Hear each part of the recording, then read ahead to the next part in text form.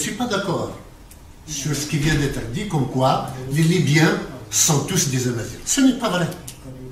Ceux qui se croient arabes sont arabes. Vous ne pouvez pas leur imposer d'être des Amazirs. Vous êtes des Amazirs. On ne peut pas vous imposer d'être des Arabes.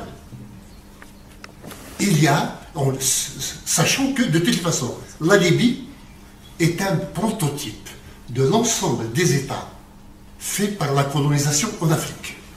On met plusieurs peuples à l'intérieur de telle sorte que toute démocratie, toute évolution démocratique est impossible et chaotique dans le pays. En ce sens que, quand on arrive à la démocratie et aux élections, on ne vote pas pour un programme politique. On vote pour quelqu'un qui nous appartient, qui est de notre identité. Donc la démocratie est vidée de son sens, elle est pervertie. Croire que les Amazirs libyens vont trouver leur place dans un État libyen uni demain, ils se trompent lourdement. Il n'y aura pas de place. Si l'État libyen se reconstitue, nécessairement, les Amazirs vont retourner à la situation dans laquelle ils étaient avec Kadhafi. Il n'y aura pas de place pour les Amazirs. Le monde aime les grands ensembles. Et les grands ensembles font avec la majorité. Si vous restez une minorité, un jour ou l'autre, vous êtes condamné à devenir, à faire partie de cette majorité. Donc, linguistiquement, vous êtes condamné. Je pense qu'il est temps de résoudre les problèmes de la Libye. C'est pour moi, en tant que président du gouvernement provisoire kabyle, j'appelle à la reconfiguration de l'ensemble du monde colonial. Elle a été charcutée. On a fait des frontières à l'emporte-pièce. On a fait des pays cocktails Molotov. Pour peu qu'il y ait une étincelle, ça se déclenche. Ce sont des pays grenades. Ce sont des pays bombes. Jusqu'à quand on va vivre comme cela? Les Amazirs ont-ils honte d'avoir leur propre État? Pourquoi ne revendiquent-ils pas leur État souverain? La Libye est une construction artificielle. Elle vient de montrer qu'elle n'est pas viable, historiquement.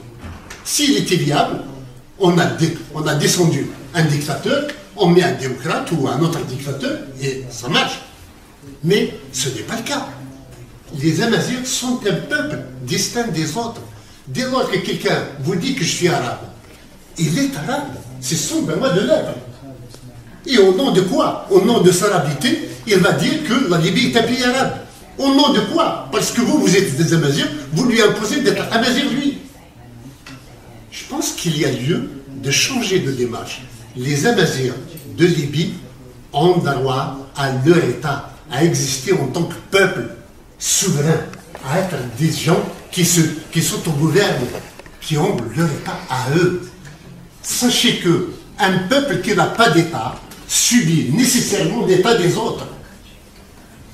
Ouvrez les yeux. Le monde vous appelle. L'avenir vous appelle. C'est l'avenir de vos enfants que vous êtes en train d'hypothéquer. Vous n'en avez pas. Les enfants amazirs de Libye ont le droit de vivre dans un État berbère, dans un État amazir, d'être éduqués en amazir, d'avoir des valeurs amazir qui sont enseignées à l'école, d'avoir une diplomatie qui rassure, qui stabilise la région. Ne croyez pas que parce que le monde occidental ne vous considère pas aujourd'hui comme étant important dans la négociation avec Haftar ou avec Zintan, ou je ne sais pas moi, avec Belghazi, que vous devez négocier une petite place à l'intérieur. Non. Vous avez une grande place. Vous êtes un grand peuple. Vous êtes de grands peuples. Vous êtes des peuples souverains. Essayez de revendiquer ce qui vous appartient. Ne laissez pas les autres décider à votre place. C'est votre devoir. L'histoire vous jugera si vous hypothéquez l'avenir de vos enfants. C'est tout ce qu'il faut. Merci.